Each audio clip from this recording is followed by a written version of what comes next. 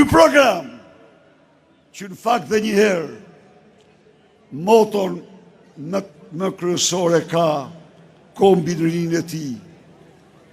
Fton çdo shqiptar kudo që ndodhet në të katër anë të botës të konsideroj kthimin në Shqipëri.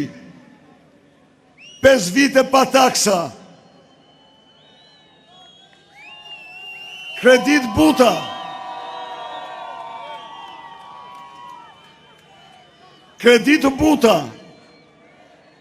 për strehimin, për startupet, suksesi tyre është prova jonë. Të dashur miq, betejë për të ndërtuar Shqipërinë madhështore është betejë për ëndrrën e rinisë shqiptare. Shqipëria madhështore do të jetë vetëm Shqipëria që kap trenin e teknologjisë së lartë. Ju garantoj se Shqipëria do jetë Shqipëria high-tech-ut, epicentër rëndësishme data qendrave, e blockchain dhe kriptomonedhave, e internetit 3 dhe inteligencë artificiale. Miq, kjo do jetë Shqipëria në moshën tuaj. Por unë i premtoj çdo biznismeni dhe i them se 11 maj nuk është një vot për një qeveri, por është një vot parazgjithash për biznesin tuaj.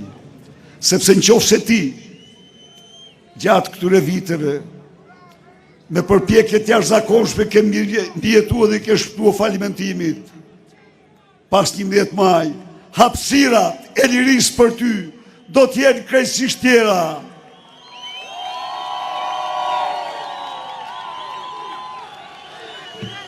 Ne jemi parti e lirisë individit. Ne besojmë të iniciative e lirë. Ndaj dhe do t'jemi dhe do vendosim regjimin më të ulët të taksave në Europë. Nuk do ketë një vend të dytë me taksa të ulta sa Shqipëria.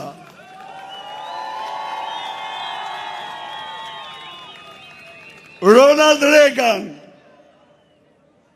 shkruante se parat në kontot e qytetarëve dhe biznismenëve janë më të dobishme se llogaritë e qeverisë. Unë ju them se kjo profeci e tij është biblike, është kuranike, është e vërtetë sa çdo e vërtet tjetër. Ndaj dhe çdo biznes i vogël do e blej energjinë nga 18 në 6 lekë. Do përgjysmohet tarife e ujit. Sipërfaqja publike do pjesëtohet me 5. Bashkitë s'do mund të tatojnë kur në shumë se 1% të xhiros. Tavanet e tatim fitimit dhe të vëshës do shkojnë në 180.000 euro. Bizneset tjera do kenë tatim fitimin 10%, të vëshën 15%. E dini ç'do thot kjo miq? Një tatim fitim 10% do thot fitimi madh për bizneset, për të krijuar vende pune, për të rritur rrogat e punojësve, për zgjeruar bizneset e tyre.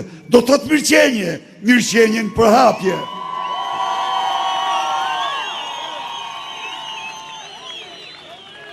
Po pse gjeniu? Që shkrojti doktrinën e kapitalizmit, thoshte se pasuria përhapet dhe përhapet. Pasuria përhapet kur ti respekton lirinë e individit.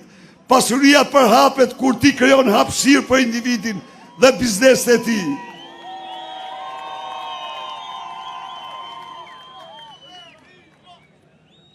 Nuk do ketë vend tjetër që të ketë taksat e ulta si Shqipëria. Biznismen, investitor, nga Shtetet e Bashkuara, Gjermania, Italia, Franca, Greqia, do të vërshojnë drejt Shqipërisë.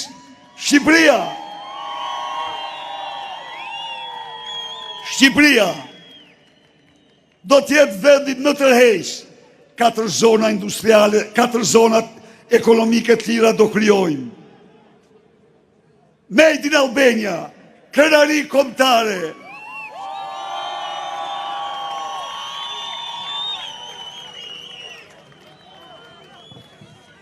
Miq,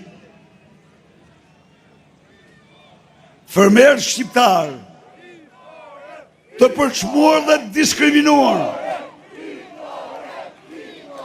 njerëz fisnik që me lume i djerse nxjerrin jetën e tyre, paten këto 12 vite kohën më të vështirë pas kolektivizimit të Shqipërisë.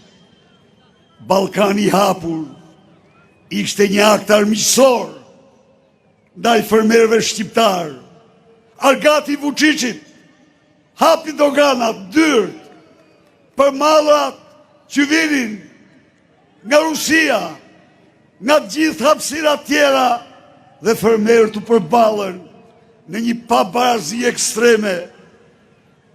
Vetëm në Kosovë, në Maqedoni, fermerët subvencionohen 5 herë më shumë se në Shqipëri.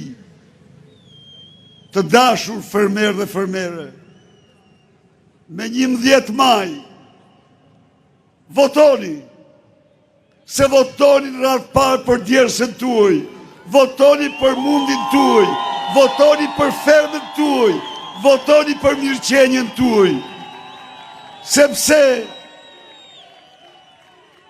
programi ynë në 100 ditë të para do pesfishoj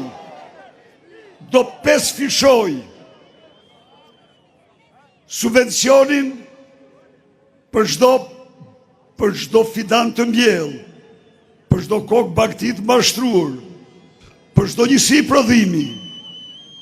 Dhe në fshat s'do ketë më diskriminim, s'do ketë pension në 200 euro.